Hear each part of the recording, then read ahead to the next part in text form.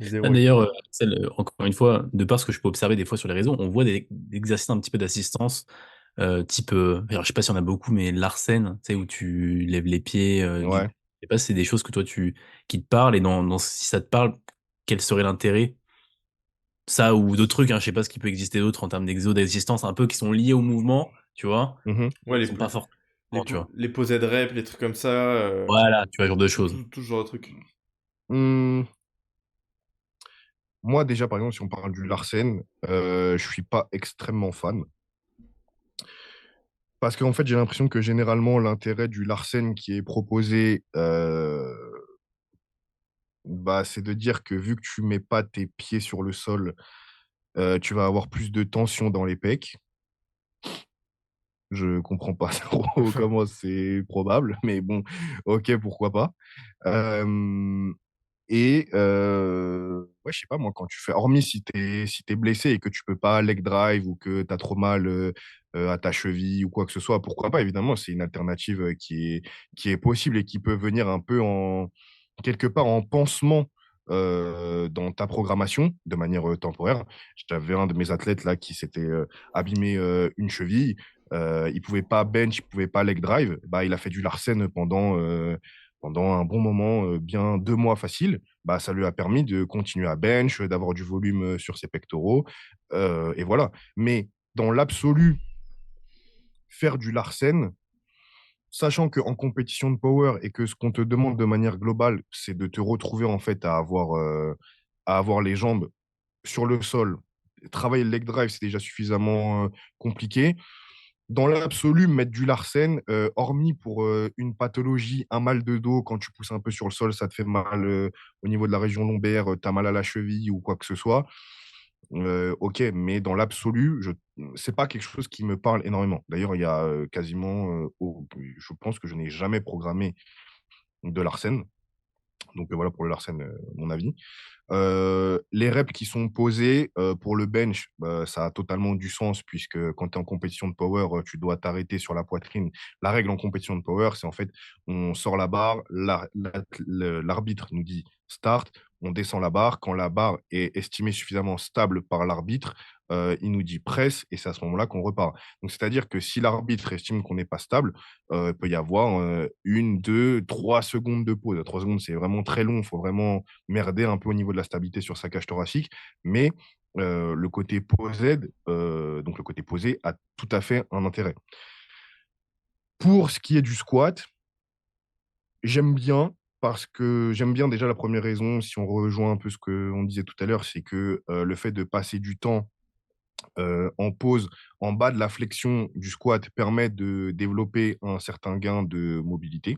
Quand on reste dans des amplitudes qu'on n'a pas l'habitude d'avoir, ça permet de un psychologiquement, se sentir mieux, 2 développer de la mobilité, développer une aisance dans cette amplitude-là et en plus ça apprend à, garder une certaine stabilité, en bas du squat puisqu'en fait, des fois, on a des personnes qui vont se retrouver à descendre avec, un peu trop vite et en fait se retrouver à prendre un rebond qui est souvent un peu qui tout double. C'est-à-dire qu'on se retrouve en fait à avoir des athlètes qui ont un rebond, qui prennent extrêmement bien, ce qui fait que du coup ça leur donne beaucoup de jus pour remonter.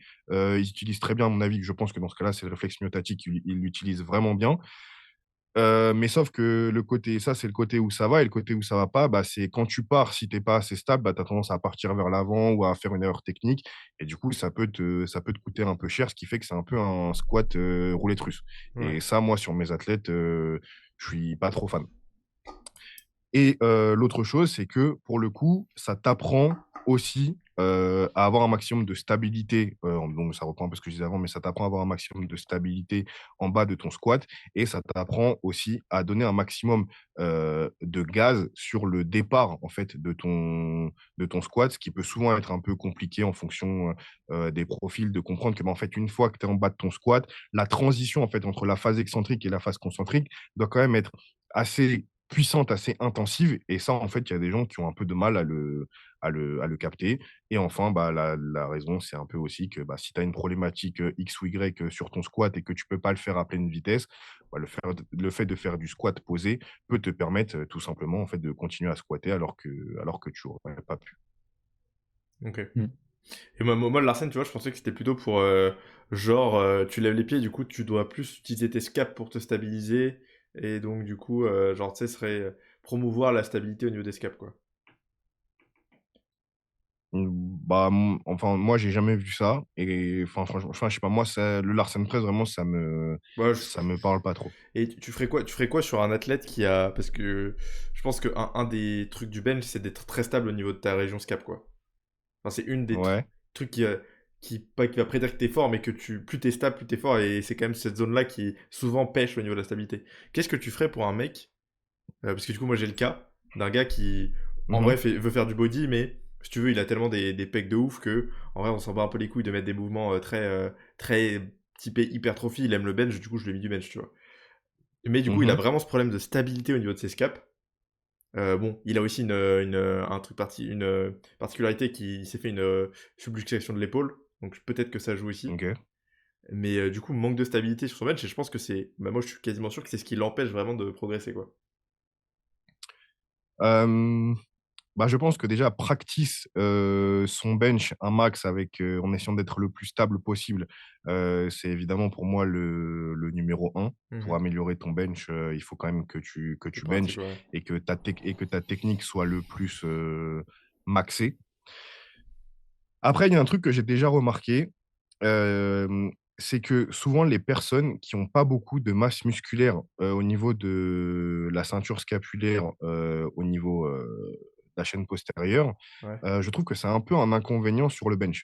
Parce que en fait, le fait d'avoir des trapèzes supérieurs et un arrière d'épaule, qui te donne un peu de hauteur, parce que, bah, en fait, finalement, quand tu te couches, et que tu te retrouves en position de bench, bah, en fait, tes scapulas, enfin ton arrière d'épaule et ton trapèze supérieur, bah, se retrouvent contractés. Et ça te donne un peu de hauteur. Et si ça te donne un peu de hauteur, ça fait que tes scapulas sont pas directement en contact en fait avec le banc, donc tu as un peu plus de place en fait pour les rétracter. Ok, ouais, je vois, ouais. Ah oui, oui, ok, ouais. Et donc, du coup, ben, maxer en fait ton hypertrophie, que ça soit pour vraiment, d'un point de vue musculaire, avoir un plus de stabilité parce que bah, tes stabilisateurs et tes fixateurs de scapula, rhomboïde, trapèze sup, trapèze moyen, arrière d'épaule, élévateur de la scapula, tout ça sont bien stables, c'est une bonne chose. Mais le fait de laisser de la place en fait à tes scapulas de pouvoir se rétracter, et ben, ça joue aussi en fait dans le process de bien pouvoir les rétracter pour être le plus stable possible. Ouais. Bah, le truc, c'est que tu vois il est très très fort du haut du dos. Genre, c'est un de ses points forts au du dos, arrière d'épaule, ils sont vraiment big. Mais, OK. je sais pas, mais du coup, c'est un mec qui est pas loin de chez, enfin, c'est un pote à moi en plus, et c'est un mec qui s'entraîne bah, proche de chez moi, donc je vais aller le voir bencher parce que c'est vraiment ce truc d'avoir vraiment l'impression que c'est. Et puis, il se replace au niveau de ses scaps à chaque rep, tu vois. Ça, je pense que c'est de la OK. merde. Mais donc ça veut dire que mais donc c'est-à-dire qu'il arrive à re-rétracter Ouais, ouais, ouais, ouais. ses scapulas. Ouais, C'est pas mal parce que ça, enfin, c'est pas mal. Dans le sens où, en fait, souvent, il y a des gens qui n'arrivent pas, en fait, à se replacer. C'est-à-dire qu'une fois qu'ils sont placés en protraction, c'est ouais, impossible pour eux, tu vois, de revenir en rétraction. Et ouais. ça, c'est un peu relou parce que ça augmente ton amplitude. Tu te retrouves, en fait, à avoir ton épaule un peu dans un axe qui n'est pas celui que tu voudrais pour bencher. Et donc, déjà, s'il arrive à re-rétracter ses scapulas, je trouve que c'est pas mal.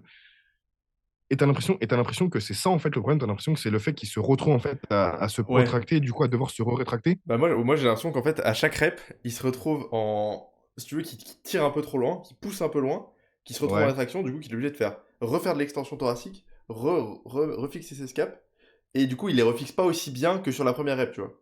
J'ai exactement C'est le même quoi cas de figure, mais sur un gars aussi en coaching, mais sur une chest press. Ou ce que je mets pas, je lui ai pas mis une bench, mais pareil, il va super loin sur la concentrique. Et après, tu sais, il se replace à chaque fois, tu vois. Et hop, Ouais, et je ouais. peux lui dire, tu vois, reste poitrine sortie, machin. Il y a toujours protraction obligatoire, tu vois, des scaps. Bah alors, je pense, sur le chest press, je pense tendance à répondre la même chose que sur le bench. Je pense qu'en fait, le mec doit quand même réussir à timer son extension de coude en fait avec sa protraction. Mmh. Je sais pas si vous êtes fait cette réflexion quand Ah vous me putain. voyez bench sur Insta, parce que c'est souvent qu'on me le dit. On me dit: «Ouais, mais c'est bizarre, on dirait que tu fais des 2 tiers de rep en fait, quand tu benches». Et en fait, le truc, c'est que si alors déjà, vu que, comme je vous disais tout à l'heure, j'ai tendance à faire des séries, qui sont quand même, un peu longues, pour garder en fait, mon tempo, je décroche pas, enfin je tends pas mes coudes pour justement être sûr de pas en fait perdre ma rétraction scapulaire. Ouais. Et du coup garder un tempo qui est quand même, régulier, et c'est ce qui fait en fait, je pense que je peux tanker des séries assez longues en fait, sur le bench. C'est qu'en fait j'ai un tempo de rep qui est quand même assez rapide, ce qui me permet en fait de pas rester avec, la barre pendant, 1 minute, sur les bras. Ce qui ferait qu'au bout d'un moment j'aurais plein de facteurs limitants autres que mes pecs et mes triceps et mon deltoïde antérieur. Et je pense que du coup, là, vos gars, hein, de ce qui me vient, c'est qu'en fait, il faut que les mecs réussissent à timer en fait leur extension de coude Mmh. avec, leur protraction. Et ce qui peut demander en fait du coup, en fonction peut-être de comment ils sont faits, bah, en fait de ne pas avoir en fait, une extension de coude et qui va être, Complète. complète, Ouais. à chaque fois. Et ce qui va en fait leur permettre, de pas avoir en quand ils parce que ça se trouve quand ils ont les coudes tendus, avec le déplacement de la charge pour en fait mettre un maximum de force, ils se Mmh. sentent obligés d'avoir, de la protraction. Et ça se trouve en fait juste en timant le fait de se dire: «Bah, en fait, je vais pas plus loin que ça», et ben, en fait, ça se trouve les mecs n'auront pas en Ouais. fait de Bah, de protraction. c'est la cue que je lui avais donnée en plus, hein. Je lui ai dit, arrête pas de tendre les bras, mais je lui ai dit, en fait, arrête d'aller, parce que je pense que tu sais, vu qu'il veut être le plus explosif possible pour être le plus fort possible, en fait, il contrôle mal la force qu'il met, tu vois, et il arrive pas en fait à arrêter son mouvement. Du coup, il se retrouve du coup à Ouais, ouais. protracter. Et, euh, et puis après, bah, je pense qu'il y a aussi sa subluxation fait que il a une scap qui part beaucoup plus vite que l'autre en termes de Ouais, stabilité, quoi. ouais, ouais, complètement. Pourtant, il a bien récupéré, mais bon, je pense que tu gardes quand même toujours un peu des petites séquelles là-dessus, à mon avis. Ça fait combien de temps qu'il a fait sa subluxation? 1 an à peu près. OK. Mais il a Je bien sais pas récupéré. c'est quoi le je sais pas c'est quoi exactement le temps, tu vois, pour être sûr que tu es bien remis. J'imagine qu'évidemment, comme toute blessure, c'est un peu contextuel par rapport à la rehab que tu as fait, à la Ouais. quantité de masse musculaire que tu as. Mais, Mais globalement, il a voilà. récupéré, je crois, toute sa mobilité. Enfin, il a plus du tout de déficit de mobilité ni rien. Les deux côtés sont pareils et tout. Donc, je pense qu'il est pas mal. Il a plus de douleur, plus de gêne, ni rien. Mais il y a toujours quand même ce truc de. L'épaule, elle est pas stable comme elle était, comme l'autre est, tu vois.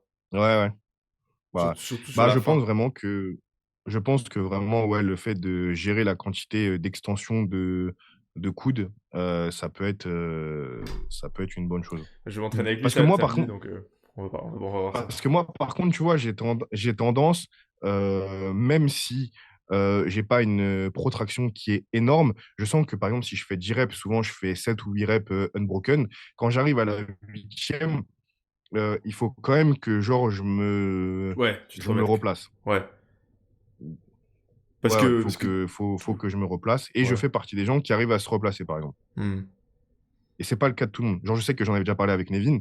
Nevin, il me disait: «Mais en fait, moi, une fois que je suis défixé, je ne peux pas, en fait, me remettre», et du coup, bah, c'est relou parce que Ça ça te peut nique te ta faire mal à série. l'épaule si tu as Ouais. déjà je fais n'importe quoi moi. Ouais, ça te nique ta série parce que si tu as déjà une petite, inflammation au niveau du tendon du biceps, le fait de pas être bien fixé, ça peut être problématique.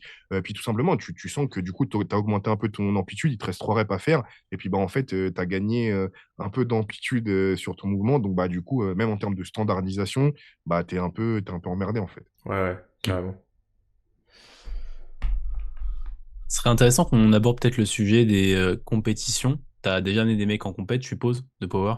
Ouais, ouais, ouais, Bien que complètement. moi, je serais curieux de savoir comment tu abordes la diététique, la nutrition en compète de power pour des mecs, je sais pas, qui auraient besoin de perdre du poids pour être dans leur KT, mais aussi qu'il faut qu'ils soient performants. Donc, bah, faut pas non plus, pour le coup, qu'ils soient fatigués, je suppose. Donc, c'est quoi, toi, ta Mmh. stratégie, tes stratégies que tu peux mettre en place? Et puis, si tu as même des exemples peut-être à nous donner de gars ou de filles. En fait, les mecs, ont, une diète, heu, classique, pendant toute une période. Après, il faut voir si, la personne, rentre, facilement dans sa caté, ou pas. Sachant que, moi, je fais toujours en sorte que mes athlètes ne soient pas trop loin, de leur catégorie de poids. J'ai toujours des athlètes qui sont des tryharders, donc c'est-à-dire qu'ils sont un peu plus lourds en off-saison et ça joue le water cut pour rentrer dans la catégorie et être le plus compétitif possible. Mais du coup, généralement, ce qui se passe, c'est soit en fait, l'athlète est un peu au-dessus et du coup, on manage un petit peu la diète entre 2 semaines et 5 jours avant la compétition. Généralement, ce que je fais, si je veux pas qu'il y ait de water cut et que je vois qu'il en a pas besoin, c'est que je réduis en fait au maximum déjà toutes les fibres, c'est-à-dire tout ce qui est fruits, légumes, je retire tout pour qu'en fait le bol intestinal soit le plus léger possible. Si besoin, je retire des carbs. Si besoin, je retire tout. Si j'ai pas besoin, je retire qu'une partie. Et si vraiment, malgré ça, on sent qu'on est encore un peu lourd, et ben, pendant 2 jours, je fais quelque chose qui s'apparente un peu à une diète cétogène pour que les stocks de glycogène se vident un peu pour que l'athlète soit le moins lourd possible. Et si jamais on voit que même avec ça, c'est pas possible et qu'on a l'habitude, et ben, on fait un protocole de water load et de water cut.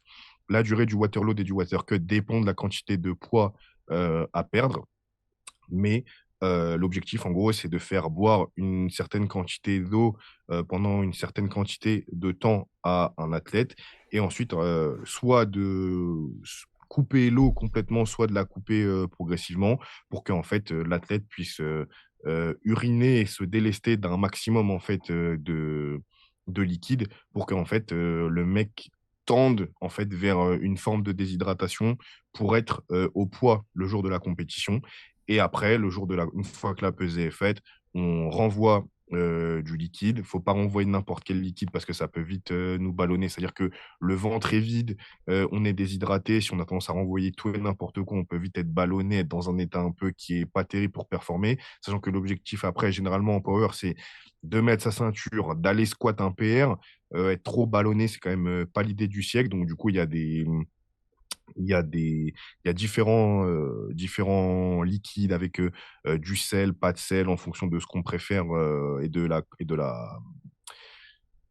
de la vidange gastrique, en fait, comment est-ce qu'elle va être gérée. Ça, je maîtrise pas du tout très bien, mais il y a un site que je connais un mec qui s'appelle François m'avait donné et c'est vraiment top. C'est en fait, tu rentres la quantité d'eau que tu vas boire, quelle est la source d'eau, est-ce que c'est une autre source, est-ce que c'est de l'eau du robinet, est-ce que tu vas mettre du jus d'orange, est-ce que tu vas mettre du sel, est-ce que tu vas mettre du Powerade, qu'est-ce que tu vas mettre en fait dans ta boisson de refeed en fait après ton water cut et du coup ça te donne en fait si la balance de la boisson est OK pour que la vidange gastrique soit OK et que la réhydratation soit OK. Donc ça c'est vraiment C'est quoi le masterclass. site? Je me souviens pas, je peux vous le donner, mais je me souviens pas. C'est un peu un site qui a un nom complètement farfelu, mais il est hyper bien fait. Et je sais que généralement pour moi, c'est un peu de flotte, 500 millilitres d'eau, je crois, avec 300 millilitres de jus d'orange et un peu de sel. Et c'est tout ce qu'il me faut. Et généralement, je suis pas ballonné. Et après, généralement, moi, je mange souvent pendant une compétition, je mange compote, banane. Éventuellement, si vraiment j'ai fait un gros water cut pour me réhydrater au max et me retrouver à remplir mes stocks de glycogène le mieux possible, j'aime bien faire Coco Pops plus lait de coco.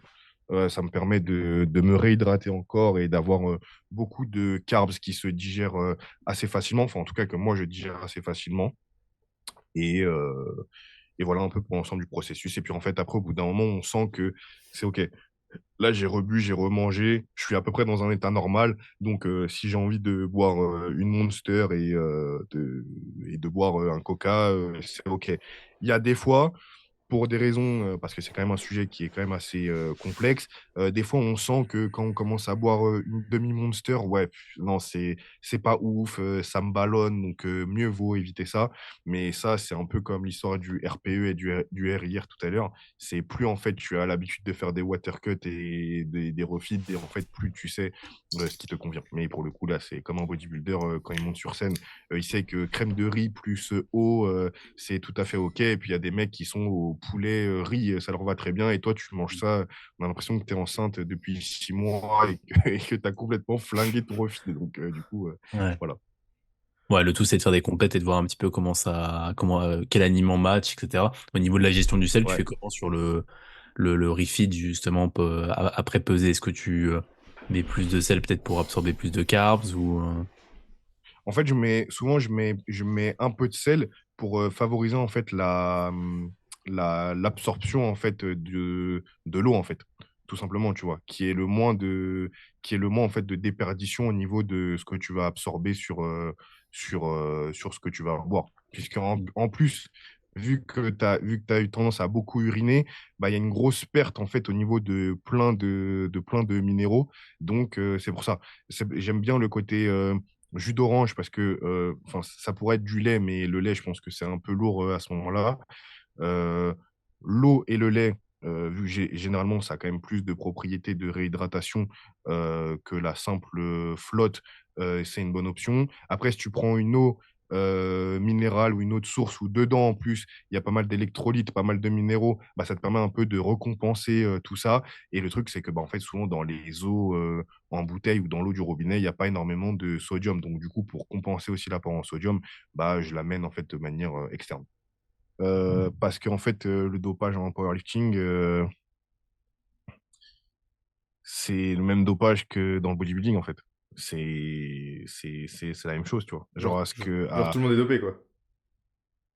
bah, je sais, tout le monde n'est, enfin, moi, ça, tu vois, je peux pas savoir parce que tant De que t'as pas test, la ouais. preuve, tu vois, genre, c'est Hmm. difficile de savoir. Mais les principes de dopage, en fait, sont totalement les mêmes. Mais en fait, c'est totalement les mêmes pour la simple et bonne raison. Et en fait, quelque part, bah, c'est là que, tu vois, j'avais jamais vu ça comme ça, mais en fait, ce que je veux dire sur le dopage valide en fait le côté que ce qui compte pour être quand même plus Fort. fort, C'est bah, d'être musclé. c'est d'être plus musclé, tu Ouais, vois. bah oui. Parce que ce que t'amène en fait à 90% le fait de prendre des stéroïdes dans le powerlifting, c'est le fait que tu augmentes ta masse musculaire. Et vu que tu augmentes ta masse musculaire, tu as plus de tissu contractile. Vu que tu as plus de tissu contractile, bah, en fait, tu es plus fort. Ouais. Donc, en fait, la raison principale de se doper dans le powerlifting, bah, c'est d'augmenter ta masse musculaire pour avoir plus de tissu contractile. Donc, ça, déjà, tu vois, Oui, oui, tu vois, c'est j'avais logique. jamais vu ça comme ça, tu vois, mais c'est vrai que c'est quand même le driver principal. Et au-delà de, quand même, la masse déplace la masse. Donc, c'est-à-dire que même si tu prends des stéroïdes un peu comme un idiot et que tu te retrouves à faire quand même pas mal de rétention d'eau dans cette histoire, bah, vu que la masse déplace la masse, quand même, ça t'aide, quoi qu'il en soit, tu vois, genre à générer un peu plus de force. Mais il est clair que si tu passes de 85 kilos à 12% de body fat à 90 kilos à 12% de body fat, bah, il est évident que tu seras plus fort. Ouais, bah oui, c'est sûr. Et du coup, Mm. tu vois beaucoup de... Parce que du coup, t'as eu t'as des... Est-ce que t'as eu beaucoup de retours d'expérience sur des produits, des trucs qui se sont vraiment mal passés, ou à l'inverse, des trucs qui se sont... Alors, vraiment mal passé, non, parce que en fait, je pense que même si le dopage, il ne faut pas en faire l'apologie, je pense que c'est quand même moins dramatique. J'ai pas dit que ça n'était pas grave ou pas dangereux.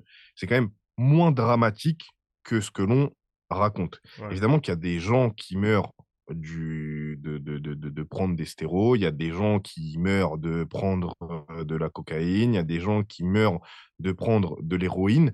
Mais déjà, de base, si on regarde juste pragmatiquement, sur une échelle d'addiction et de conséquences, la place des stéros par rapport à la place de la cocaïne, les stéros, si on fait un graphique comme ça, les stéros, c'est à 2, 3, et la cocaïne et l'héroïne, c'est là. Donc en termes d'addiction et d'effets néfastes, on est sur quelque chose qui en a, mais les gens parlent des stéros comme si, comme si les mecs, en fait, s'injectaient de l'essence directement en intraveineuse, tu vois. Évidemment, une fois de plus, hein, je ne dis pas que le Donc, t'es en dopage, train de c'est dire que bien, tout c'est le monde devrait se stylé. doper? T'es en train de dire que tout le Ouais, monde mais devrait doper parce que pas avec de l'essence, mais plutôt avec de l'éthanol, en fait. Ouais. Parce que tu vois, ça coûte moins cher. Donc, c'est une meilleure idée. Ça revient à moins cher. Tu vois. Non, mais ce que je dis, c'est que vraiment, euh, moi, j'aime bien remettre les choses dans le réel. Et dans le réel, c'est pas ce que les gens disent en fait, tu prends des stérols, tes reins vont exploser. Ou tu prends des stérols, ton pénis va rétrécir. Ça, c'est pas vrai. C'est genre vraiment du n'importe quoi de gens qui n'ont aucune connaissance de rien et qui parlent. C'est ce que je dis tout le temps. Moi, le sujet des stérols, du dopage, de la physiologie interne par rapport au dopage, à l'augmentation des performances, c'est un sujet que je regarde depuis que je suis à peu près en seconde, donc ça fait plus de 10 ans. Mais je ne te parle pas de comment réparer ta voiture, comment changer ton filtre à air, alors que j'y connais rien, tu sais, tu vois. Et sauf que les gens se permettent d'ouvrir leur bouche et de raconter des trucs, ce qui donne en fait une désinformation et ce qui est complètement insupportable. Et ça donne exactement la même chose. Enfin, je sais très bien que vous voyez très bien de quoi je parle. Ça donne exactement la même chose avec l'entraînement et la nutrition. C'est que vous avez votre cousine germaine qui ne connaît rien, qui va te dire: oh, mais tu manges de la viande tous les jours, c'est grave, tu vas mourir et tout. Mais tais-toi, tais-toi, je te jure, tais-toi. Quand tu ne sais pas de quoi tu parles, tu te tais. Genre, moi, je ne parle pas une fois de plus, de comment changer tes pneus ou de comment refaire le mur de ta cuisine ou de comment réparer ton vélo si je ne sais pas le faire. Genre, je ne vais pas m'inventer des trucs. C'est pas sous prétexte que j'ai un vélo et que j'ai une voiture que je peux me permettre de parler de ça, tu vois. Et les gens pensent que parce que, vu qu'ils mangent toute la journée, que parce qu'ils ont vu un article, je sais pas où, sur les protéines, que c'était du dopage, ils mélangent tout. Et je trouve ça, mais vraiment insupportable. Genre vraiment, vraiment insupportable. Parce qu'en plus, je fais beaucoup plus partie de la frange de personnes qui va dire, bah, tu veux te doper. Il y a des gens qui, dans l'ensemble, maîtrisent le sujet, bah, mieux vaut qu'il y ait des gens qui en parlent, qui te proposent quelque chose qui va être plus safe que de te retrouver sur un site bizarre ou d'un mec en fait qui vend des produits et qui lui est là pour faire son business et qui va te dire en fait de prendre n'importe quoi. Et ça en fait enfin je sais pas, moi il y a pas de morale, tu vois. En fait c'est le réel un peu. C'est qu'il y a des gens ils veulent prendre des stéroïdes, il y a des gens qui en prennent, il y a des gens qui savent le faire. Et ben tourne-toi vers ces gens-là, plutôt que de faire ton truc de ton côté parce que chut, faut pas le dire, c'est grave, c'est dangereux, c'est je sais pas quoi. Non, mettons les choses dans le réel, en fait. Ok, ouais. Parce que c'est vrai que d'extérieur, même moi, tu vois, parce que j'y connais quand même pas grand-chose, ça paraît être un truc de fou malade, tu vois. Genre tu t'injectes un truc comme ça, limite tu vas crever, quoi. Tu te tires vraiment une grosse balle dans le pied, quoi. Bah, en fait, c'est que c'est comme tout. Il y a évidemment des désavantages à prendre des stéros. C'est que le premier désavantage, c'est qu'en fait, une fois que tu es rentré dans la boucle, bah, en fait, pour en sortir, c'est vachement compliqué. Parce qu'en gros, bah, tu t'entraînes, tout est plus rentable. euh, Ta récupération est, est plus importante, elle est plus efficace. Donc déjà, rien que ces deux vecteurs-là, quand tu es un athlète qui s'entraîne tout le temps, qui veut performer, bah, quand on te retire ça, tu te dis, waouh, Je me fais chier, là. c'est bizarre, tu vois. Genre, bah ouais, c'est relou, tu vois, ça a plus la Ouais, même saveur. C'est comme si, en fait, tu mangeais tous tes plats avec du sel et du poivre et que d'un coup, on te dit, bah non, tu pourras plus en manger. Bah forcément, ça fait c'est chier, moins ouais. bon, Ça fait chier, c'est ouais. moins cool. Bah ouais. Mais voilà, enfin, je pense que vraiment, au-delà de l'impact physiologique, le truc dont il faut parler, c'est le côté psychologique. C'est qu'en fait, une fois que tu es rentré dedans, Ouais. eh ben, il faut réussir à en sortir. Et ça, c'est pas une mince affaire. Et voilà. Après, C'est un peu comparé au niveau de vie, tu vois. C'est quand t'as connu un certain niveau de vie, retourner en arrière, souvent c'est difficile, tu vois. Je sais pas, ouais, t'as une oui, maison oui, de ouf, une complètement. bagnole de ouf, et là on te dit bon, tu roulais avec une Porsche 911, maintenant tu vas rouler dans une Twingo, tu vois. Ça va te faire très mal, Bah tu ouais, vois, au cul. Et là, je pense que c'est un peu ouais, pareil. ouais. C'est, Et, c'est, et au-delà de ça, l'impact franchement, là. psychologique qu'il y a dessus, qu'est-ce que ça fait psychologiquement sur les gens? Parce que, tu vois, on entend moi j'entends plein de trucs en mode, ouais, ça augmente les traits de certains, les traits de caractère, ça peut augmenter l'agressivité, ça peut augmenter, je sais pas, si t'as une tendance dépressive, à être plutôt dépressif. C'est quoi, globalement, ce que t'observes, ce que t'as pu voir, ou de discussions, d'expériences, etc. Euh, je pense que déjà, ça dépend de quel produit on parle. Mhm. parce que tous les produits n'ont pas les mêmes impacts et tout le monde ne tolère pas de la même façon les mêmes produits. C'est-à-dire que dans l'ensemble, c'est vrai que la testostérone peut quand même augmenter la sensation d'irritabilité que tu peux avoir. Une fois de plus, tout dépend du dosage. C'est-à-dire que si tu as un dosage qui est légèrement supraphysiologique, c'est pas la même chose que donc, je dis, si je donne un peu des milligrammes pour que ça parle un peu, si tu prends 300 milligrammes de testostérone ou si tu en prends 750, bah, évidemment que l'impact que ça va avoir n'est pas le même.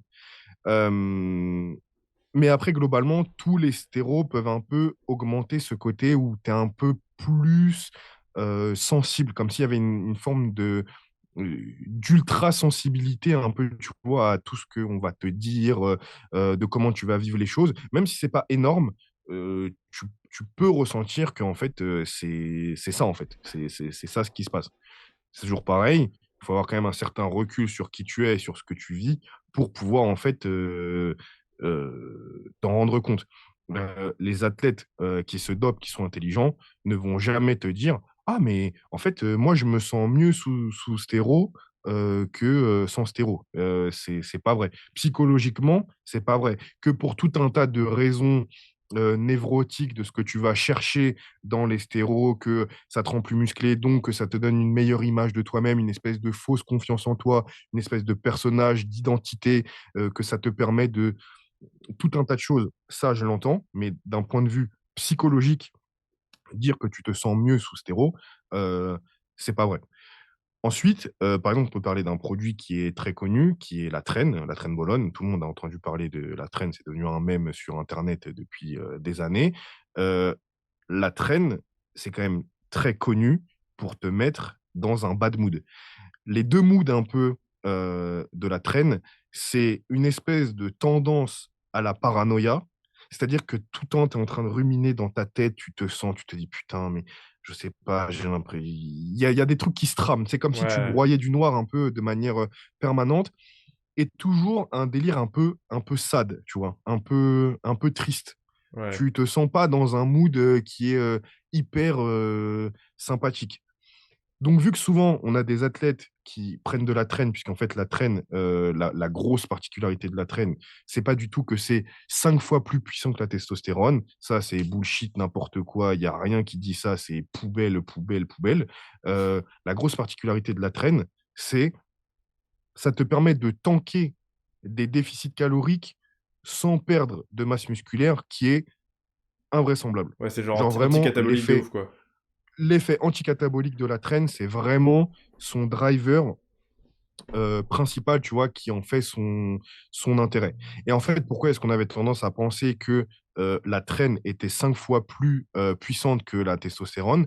Parce qu'en fait, la puissance des stéroïdes a été mesurée sur des rongeurs et à travers différentes datas, bah, en fait, ils ont fini en fait par conclure que genre il y avait un ratio de la testostérone qui était un peu le ratio de base, qui était de 100 anabolique et 100 androgénique, parce que les stéroïdes ont globalement deux effets, un effet sur l'anabolisme, sur la création de tissus, et un effet sur ce qu'on appelle le côté androgénique, qui est le développement des caractères sexuels masculins, le développement de la force, etc., etc. Et la testo a été pris comme référentiel de base, 100%.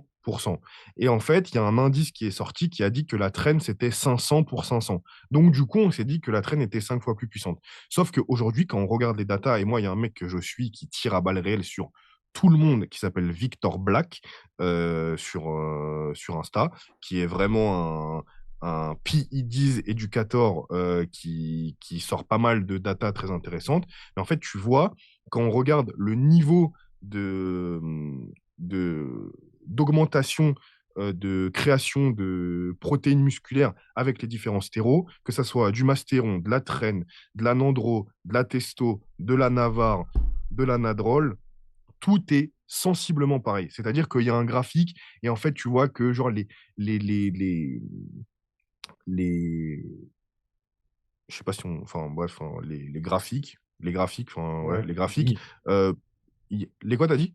Les lignes. Les lignes graphiques. Ouais, ouais, voilà, la ligne du graphique montre qu'en fait, il y a une différence qui est, mais genre, infime. Donc, c'est-à-dire qu'en fait, que tu prennes de la testostérone, de la trène ou du mastéron, bah, en fait, sur l'augmentation de la création de masse musculaire, il y a quasiment, en fait, aucune différence.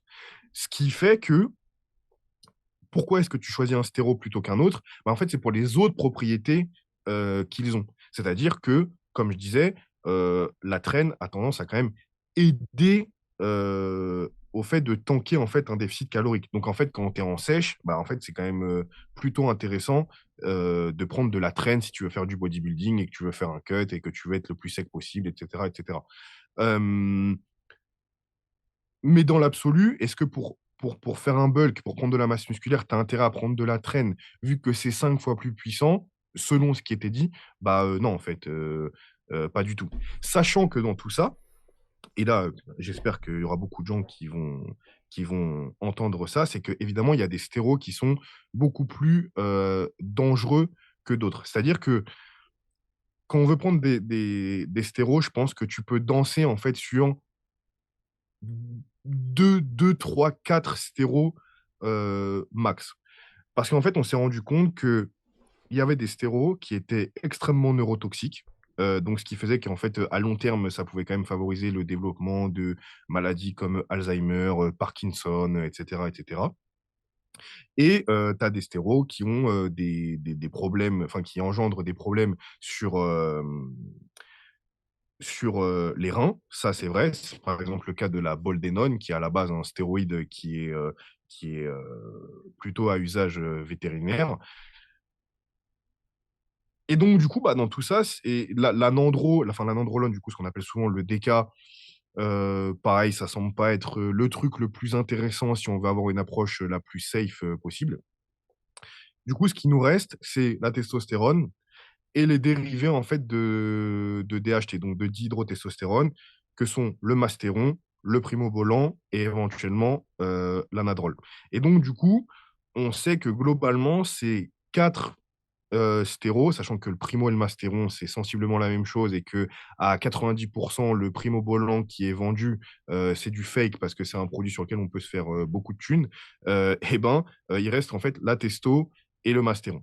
Et du coup, bah, en fait, au final, ça fait que il reste pas énormément de choses parce que l'anadrol, c'est un stéroïde oral. Donc, qui dit stéroïde oral dit potentiel lésions hépatiques, donc qui demandent éventuellement d'avoir un certain soutien avec différents produits. Et tout ça, ça fait que c'est pas aussi limpide et clair que ce que tout le monde a tendance à dire. Et du coup, ça complexifie ou simplifie, tout est question de point de vue, un peu la chose. Ok, ouais, Ok, bah, c'est intéressant parce que ouais, je pense que nous d'extérieur, avec le peu de connaissances qu'on a, tu vois, sur le sujet, on est vraiment en mode, ouais, genre tu prends des stéros, c'est chaud de ouf, quoi, tu vois. alors moi j'avais quand même ce recul de me dire que justement c'était pas du poison que tu t'injectais, à l'inverse de ce que beaucoup de gens veulent te faire penser. Alors non pas que je vais aller conseiller d'en prendre, je vais même surtout être avoir un discours plus préventif de dire que ça sert pas à grand chose fondamentalement en fait. Tu vois, si on va de l'ordre de pourquoi t'en prends en réalité, si t'en prends faire du body et puis faire une compétition amateur et finir deuxième, bon bah est-ce que ça sert vraiment à quelque chose? Tu vois, même pas, hein, même si on part Mmh. encore moins que ça, ou même dans des compétitions de powerlifting, hein. Et j'irai avoir le même discours. Donc c'est plus dans cet aspect-là, tu vois, que j'irai voir les choses comme plutôt pas forcément utile, même si en soi, si c'est une envie de quelqu'un, bah moi je respecterai cette envie-là, tu vois. Ouais, moi, je suis beaucoup sur ce côté-là, évidemment, qu'il y a le côté préventif où il faut savoir avec quoi tu joues, là, avec quoi tu vas dealer et dans quoi tu Mm. tu tu mets la main. Mais il y a vraiment un côté, bah, en fait, si par rapport à toi et qui sont évidemment tout un tas de raisons à 70 psychologiques, tu as envie de rentrer là-dedans, bah, oui, en fait, le truc, c'est que si la personne veut en prendre et qu'elle veut rentrer là-dedans, en fait, c'est pas à moi de lui dire ce qu'elle doit faire ou ce qu'elle ne doit pas faire. Bien Moi, sûr. éventuellement, je suis là pour la conseiller, la renvoyer, l'aider, Mais enfin, c'est pas à moi de lui faire sa psychanalyse de oui, mais pourquoi est-ce que tu veux prendre des stéros? Tu sais que probablement, si tu veux prendre des stéros, c'est par rapport au regard de l'autre et que du coup, bah, en fait, il faudrait probablement que tu travailles sur toi et qu'en fait, si tu travailles vraiment sur toi, bah, tu verrais que peut-être, en fait, t'as pas tant envie que ça ou que tu as envie de prendre des stéros que pour des mauvaises raisons. Ça, c'est pas mon rôle. Évidemment, on peut en discuter, il n'y a pas de problème. Mais chacun fait ce qu'il veut. Sachant qu'en plus de ça, de manière un peu légitime dans la performance, je trouve que souvent, enfin, en tout cas, une partie, je pense que vous allez comprendre ce que je veux dire, c'est que souvent, un mec qui souhaite se doper, c'est soit un mec qui en a rien à foutre et en fait qui s'entraîne comme une merde et en fait se dit je vais me doper, ça sera plus facile. Et eux, bon, bah, ils font ce qu'ils veulent, mais bon, je trouve ça un peu con. Soit c'est des mecs qui sont très doués, qui veulent du coup faire des compètes à très haut niveau. Et du coup, bah alors là, pareil, je comprends. Les mecs veulent aller rivaliser avec les meilleurs et c'est leur passion et les mecs sont animés par ça, donc pourquoi pas. Et il y a la dernière catégorie qui est évidemment la catégorie la plus répandue, je pense. C'est des mecs qui sont très investis dans leur pratique, qui connaissent pas mal de choses et qui voient que malgré ça, ils n'arrivent pas en fait à la cheville de certains mecs qui s'entraînent n'importe comment. C'est pour ça que je dis souvent que, et c'est un peu métaphorique, que le mec en fait qui va se doper, généralement c'est le deuxième ou c'est le troisième en fait sur le podium. Parce que le premier, il est tellement bon et que en fait bah il est excellent, donc en fait du coup le mec est premier un peu parce que c'est un mec qui est doué et qui est talentueux. Et en fait, le deuxième et le troisième, c'est les mecs qui travaillent d'arrache-pied et qui n'arrivent pas en fait à arriver au maximum du niveau en fait de leur discipline parce que bah, c'est des mecs c'est des mecs qui sont pas aussi doués que le premier. Et ça, quand on a investi dans une discipline et que bon, voilà, c'est quelque chose qui est important pour nous, et ben, je peux comprendre que quand on a une soif de performance, une soif de donner le max dans quelque chose, on a envie d'un petit coup de pouce. Sachant qu'en plus de ça, bah, dans beaucoup de sports, tout le monde est un peu dopé. C'est-à-dire que c'est pour ça qu'avant je disais que c'était un peu métaphorique. Parce que, bah, en fait, je pense que dans certaines disciplines aux Jeux Olympiques, en fait, les trois premiers sont dopés. Et en fait, le premier, c'est vraiment celui entre les trois qui est doué à 98,9%, alors que celui en dessous, c'est à 98,5%. Et puis le troisième, c'est juste à 98%. Donc, euh, donc voilà. En fait, surtout, le truc auquel je fais attention, c'est de pas mettre de morale, en fait, dans les stéros. De c'est bien, c'est pas bien, ça, Ouais, j'aime c'est pas un choix trop. personnel. Et j'aime pas trop, de toute façon, un peu dans. Ouais, ouais, complètement, tu vois. C'est toi avec toi-même. Et moi, j'ai rien à dire. Je suis pas là pour te dire, ah, ça, tu sais, ça, c'est vraiment pas bien. Non, genre, vraiment pas. Puis il y a des mecs, je pense que aussi qui sont curieux et qui dans tous les cas, enfin moi j'avais un gars, tu vois, que je coachais avant, qui, on en a parlé, tu vois, il voulait prendre des produits un jour et il m'a dit ouais un jour j'essayerai, tu vois, il voulait absolument essayer. Et Ouais, ouais. et je crois qu'on en avait déjà parlé tous les deux de ça aussi. Et du coup je lui ai pas dit, je lui ai dit bah je vais pas te dire vas-y fais pas, c'est dangereux, c'est de la merde et tout, t'as pas besoin de ça et tout. Je lui ai dit bah si t'as envie de faire juste bah du peu que je connais, je sais qu'il y a potentiellement des risques, mais après, je vais pas te dire, ouais, je suis pas ta mère, quoi. Après, pour un test, pour quelqu'un qui veut vraiment tester ça en mode je veux pas mourir con, j'irais tendre à lui dire bah fais-le pas maintenant, tu vois. Enfin, Ouais, dépendant de l'âge qu'il a. il l'avait pas fait maintenant, mais du coup, à terme, il Ouais, voulait le genre, faire, tu vois. ouais, ouais, un truc. Mais tu vois, moi, je veux tendre vers faire des compétitions naturelles de bodybuilding. Donc, je suis pas dopé. Mais pourtant, peut-être que je me dirais, peut-être à 40 ans, si je fais encore de la muscu, pourquoi pas? Je m'en offrirais bien une petite, tu vois, quand même. Ouais. On me dirait, sur la ref. Comme dirait qui on sait. Elle est vieille, cette ref, hein. Très, très vieille.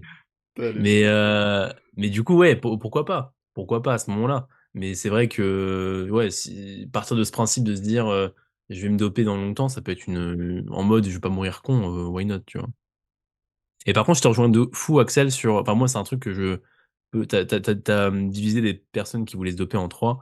Et c'est vrai que la catégorie de personnes qui est douée génétiquement et où, du coup, bah, veut, en fait, rivaliser avec les meilleurs, Je trouve ça, bah, alors, non pas que les autres ne sont pas légitimes, parce qu'en soi, ça va dépendre de ce que tu as envie, mais je trouve ça vraiment légitime à ce moment-là, tu vois? Si, tu es très, très bon naturellement en bodybuilding, on va prendre cet exemple parce que c'est celui qui me parle le mieux, tu es très, très bon naturellement en bodybuilding, tu as déjà une masse musculaire qui dépasse plein de dopés, bah, en fait, il y a de fortes chances que si tu te dopes, alors non pas qu'on peut se dire: «Ouais, la sensibilité aux produits, tout ça», je sais pas comment ça fonctionne, mais tu seras sûrement très, très bon aussi en étant dopé, tu vois? Sûrement que les meilleurs de la Mmh. WNBF seront aussi peut-être meilleurs en NPC s'ils se dopaient.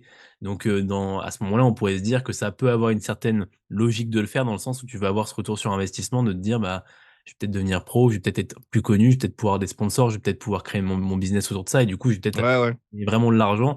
Chose que tu ne gagnes pas quand tu fais que de la salle de sport et que tu te dopes et que même, tu ne gagnes pas quand tu fais juste des compètes régionales ou des compètes, enfin pas connues, tu vois? Des trucs qui sont pas des pro qualifieurs, enfin des pro qualifiers ou d'autres choses comme ça ou même, tu les fais mais tu gagnes pas, enfin en fait tu gagnes rien, tu vois? Ouais, ouais. Donc à partir de là, tu pourrais te dire, «Bon, est-ce que ça vaut vraiment le coup?» Après c'est propre à chacun, j'ai envie de te dire, comme tu l'as dit.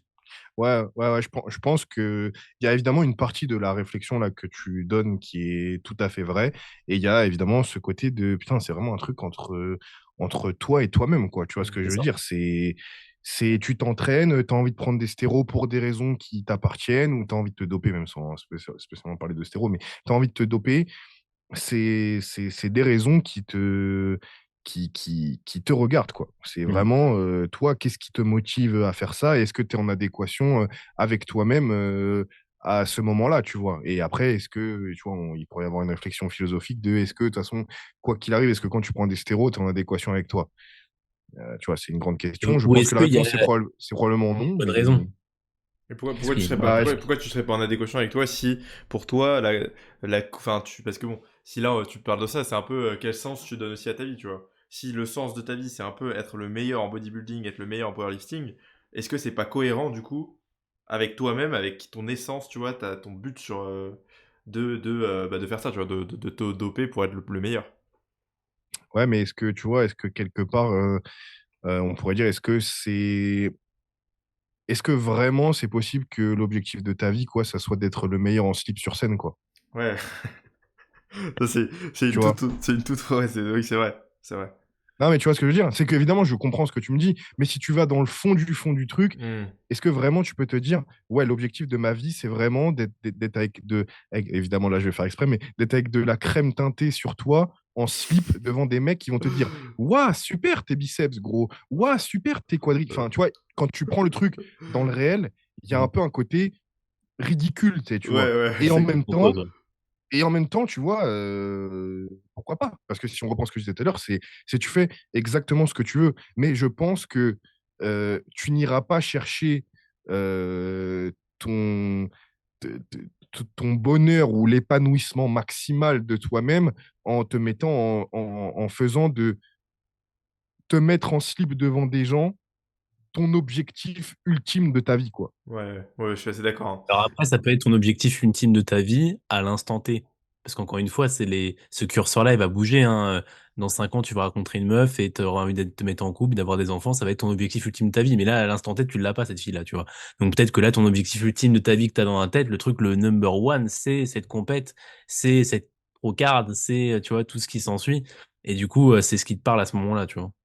Non, non, mais je suis assez d'accord avec toi et il y a ce côté, c'est ce qui te parce qu'enfin, évidemment, moi, je pousse toujours la réflexion au bout, c'est ce qui te parle à ce moment-là, mais est-ce que c'est ce qui te parle à ce moment-là pour, des bonnes raisons? Et c'est toujours pareil, quand on prend le réel de la situation et tout, ça ne il y a un peu un côté, je trouve, ça ne peut pas être en tout cas, ça peut être majoritairement que des mauvaises raisons qui te pousse à vouloir être le meilleur, heu, physiquement sur une scène, pendant 3 jours et tout, tu vois? Il y a un côté complètement, démesuré, en fait, de l'objectif par rapport à ce qu'est la vie, un peu, Mmh. tu vois? Genre, je sais pas si vous suivez un peu Si, là où si, je veux bah, en venir, c'est assez, mais voilà. c'est assez, enfin, tu sais, quand tu regardes le truc vraiment comme tu dis dans le réel et que t'es assez clair, tu vois que, enfin, si tu regardes un peu l'objectif d'une vie, c'est peut-être pas de,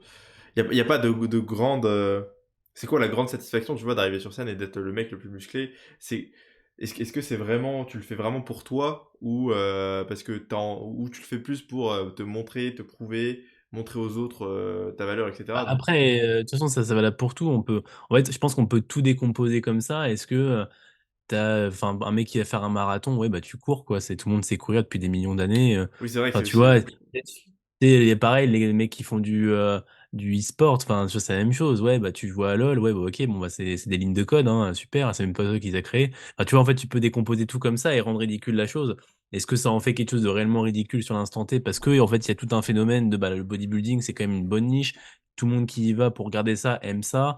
Il y a quand même tout un phénomène autour de ça, une culture autour du bodybuilding, et c'est même pas que la scène, en fait, le bodybuilding, Oui, c'est tout le mode de vie et tout, ouais. Ouais, je suis c'est assez d'accord. le mode de vie, et puis bah, c'est l'ensemble, c'est la pratique du sport, de la musculation quotidienne, enfin, on s'entend, mais du moins souvent, et ouais, je pense que pas non plus, enfin, faut décomposer pour peut-être prendre conscience de se dire, ok, est-ce que tu es vraiment prêt à faire les sacrifices pour ça?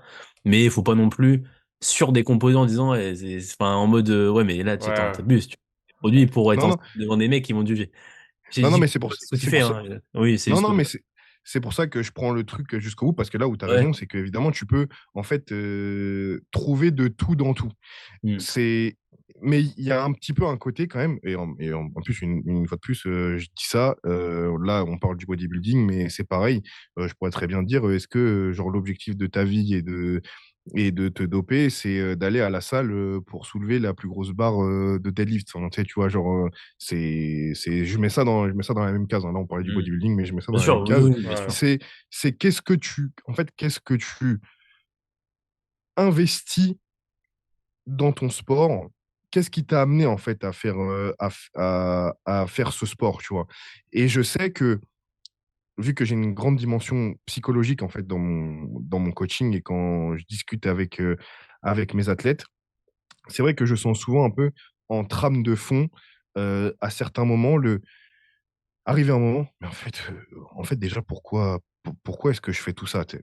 Parce qu'en fait, quand tu remues un peu en fait le Ouais. côté de: «Putain, mais qu'est-ce que je vais chercher là-dedans?» que je sens en fait chez moi qui est déplacé, et évidemment qu'il y a tout un côté parce que, les choses ne sont pas binaires et manichéennes, bah, il y a toute une partie où je prends du plaisir et ça me fait plaisir, tu vois? Et en fait, c'est quand le ratio en fait dans cette balance, penche trop du côté de: «Non, en fait, je fais ça trop pour des mauvaises raisons», où en fait, c'est un peu bizarre, et je pense que, la quantité de personnes qui fait vraiment du bodybuilding, et qui est heureuse, enfin, et du coup que les gens sont heureux dans leur vie en pratiquant le bodybuilding, s'ils s'asseyaient devant quelqu'un, pour dire, voilà les raisons pour lesquelles je fais du bodybuilding vraiment m'épanouissent, je pense que c'est vraiment infime. Je pense que ça prend du sens, en fait, quand tu t'appelles Chris Bumstead, quoi, tu vois? C'est-à-dire, tu t'es dopé, tu es tout jeune et tu as créé un business qui te génère des millions, qui t'a donné une image, en fait, pour le reste de ta vie, pour générer de l'argent, de la croissance, un business, et que tout ça, en fait, prend un peu un sens, max. Mais quand tu es un mec qui fait du bodybuilding, et qu'en fait, tu es arrivé, 5e à ton pro show et que jamais personne, en fait, se souviendra de toi, et c'est qu'en fait, l'aboutissement du truc est un parce que en fait, tout ce que j'ai en tête depuis tout à l'heure, c'est que c'est pas l'événement qui compte, mais comment il est vécu. Donc c'est-à-dire que ça dépend, en fait, de comment est-ce que tu vas vivre, la chose, et malheureusement, je pense que, bah, souvent les gens ne le vivent pas très bien, en fait, tu vois? De ne pas arriver, en fait, à cet aboutissement, et que, finalement, en fait, le bodybuilding n'est peut-être pas quelque chose qui les épanouit, autant, qu'ils le prétendent. Mais là, bon, là, je pousse vraiment la Après, je sais réflexion, que, enfin, tu vois, là, tu parlais de Chris Bumstead, comme on va dire, où tu peux dire, ouais, il y a que, enfin, il y a pas que lui, je suppose, dans ta réflexion que tu avais en tête, mais on va dire que c'est à ce niveau-là où tu peux dire, il y a réellement un retour sur investissement. Mais je pense que des mecs, enfin, typiquement, mais on va dire que, bah, prendre des produits, on se le cache pas sur les réseaux sociaux, ça peut aussi être quelque chose qui peut te permettre de te démarquer. On s'entend, parce que beaucoup de gens en prennent, mais on va dire que ça te permet d'avoir un bon physique et du coup de te démarquer peut-être plus que si tu en avais pas un forcément très bon. Et du coup, bah, peut-être de créer du coaching et de faire marcher ton service de coaching. Et peut-être que juste pouvoir vivre très bien du coaching online, ça peut être pour toi un retour sur investissement assez positif qui te permet de te dire: «Ouais, j'ai bien fait de prendre des produits», tu vois? Il y a un côté où je suis d'accord et il y a un côté, en fait, où je peux pas m'empêcher de me dire que putain, mais putain, c'est tellement triste, en fait. Tu vois, genre comme, Ouais. parce que ce que tu dis est réel, hein. Ce que tu dis est réel, hein. C'est qu'il y a des mecs qui se disent, bon, vas-y, putain, genre là, j'ai que 5 clients. Peut-être que si je me dope pendant 2 ans et que j'arrive à faire un photoshoot avec les abdos apparents et des veines sur les épaules, peut-être que les gens, ils vont se dire que je suis un meilleur coach. Alors que vous deux, vous êtes naturels, vous postez pas des photos de vous avec les abdos apparents et le cul strié toute l'année, et pourtant vous êtes tous les deux à vos façons, avec vos points forts et tout, des bons coachs, tu vois. Et putain, se dire, en fait, faut que j'en arrive à mettre ma santé en danger, Ouais. tatati, tatata, avec tous les inconvénients que ça a, pour en fait gagner 2 000 € en plus par mois. Genre, il n'y avait pas d'autre option, tu vois. Ouais. Et tout ça, évidemment, il y a beaucoup de choses à remuer hein, dans cette conversation, mais tiens, il y a un peu un côté. De toute façon, le réel des réseaux sociaux est triste, en fait. C'est que tu Ouais, te c'est dis, assez putain, violent, je pense, ouais. aujourd'hui, pour être. Tu te dis, aujourd'hui, en fait, pour faire valoir mon savoir aux yeux des gens, il faut que je prenne des stéros ou que j'ai genre 70 centimètres de tour de cuisse, parce qu'en fait, si j'en ai que 60, on va me prendre pour un clown, tu vois. Genre, enfin, tu vois, il y a un côté complètement lunaire, en fait, de la situation. Ouais, enfin, ça, c'est... Moi, je vois un peu ça, c'est un peu... C'est pas de prostituer, mais c'est un peu genre vraiment tu...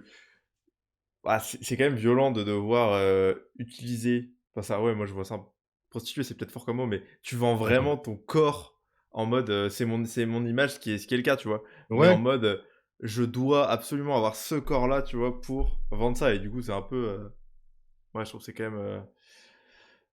En termes d'image de toi-même, je pense que c'est un peu dégueulasse comme truc.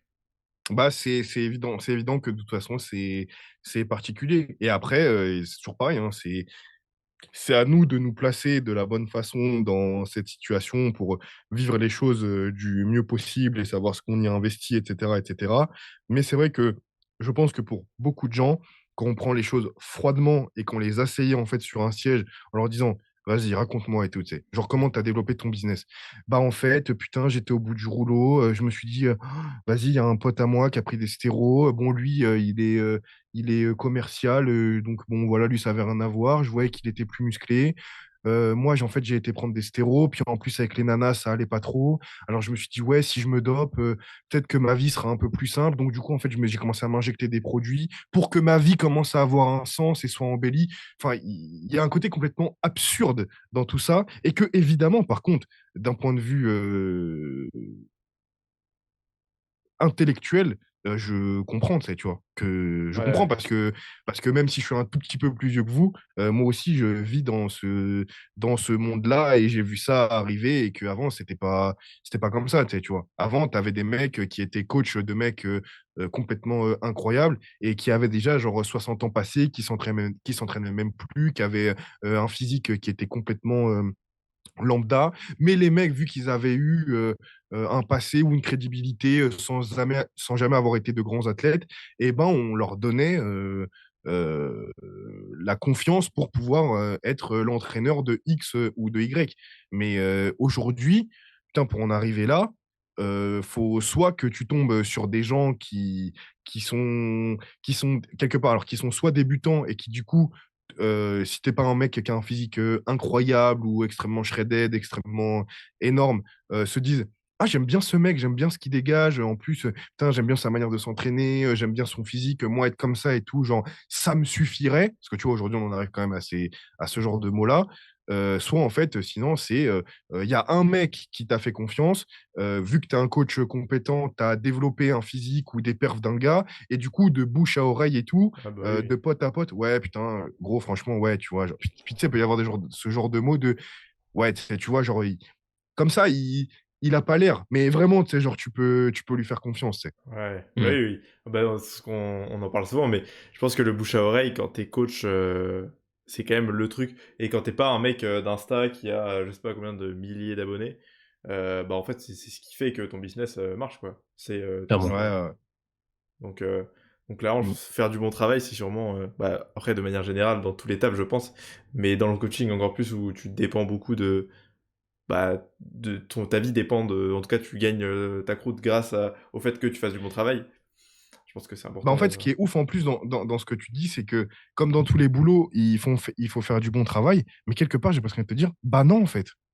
C'est Ouais. là, en fait, que ça devient horrible. Ouais, C'est qu'en tu fait, t'en vas. t'es un coach de merde. Tu t'es dopé. T'as fait troisième à un NPC. Tu mets ça dans ta bio Insta. Tu coaches comme une merde. Mais il y a des mecs qui vont Ah bah venir te oui, voir. bah oui. Euh, donc, en fait, le côté, en fait, faut faire du bon travail. Bah non, même pas, en fait.